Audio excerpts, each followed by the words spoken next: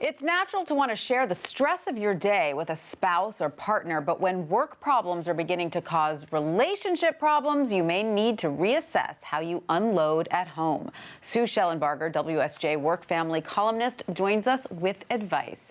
Hi, Sue. It is natural to want to share work stress with our partner, right? I mean, after all, having someone to share life's difficulties with is a part of being in a relationship.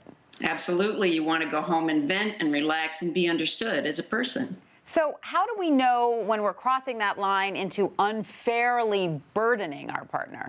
Now, there's a few signposts. If your partner's getting overwhelmed or frustrated or anxious, if the work talk is taking over the whole evening, if your partner's needs aren't being met, if it's all you're talking about, those are some trouble signals. And Sue, can you actually ruin a marriage or a relationship with too much negativity? Psychologists say you can, that if it really begins to become the tenor or the tone of your marriage, it can really take the joy out of it. And research shows that job satisfaction does predict marital dissatisfaction. There's a big spillover factor. Oh, that's terrible. So now let's break this down. If you are the spouse being complained to, how do you recommend responding? It's interesting that we shouldn't necessarily be quick to give advice, right? Fascinating. Some of the spouses I interviewed said the first instinct is to give advice. You want to fix it and get it done with.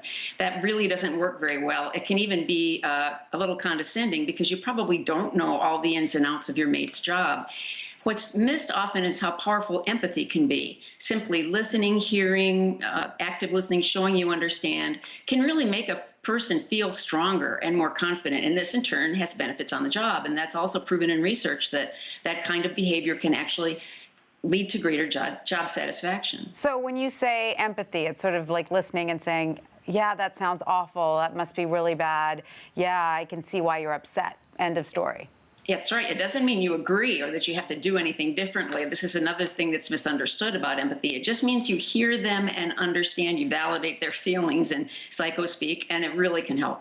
All right. So let's say, though, you've reached the end of your rope and your sympathy well has run dry. Then what? Well, you need to speak up. The therapist I interviewed said as soon as you begin to feel overwhelmed or frustrated, say so.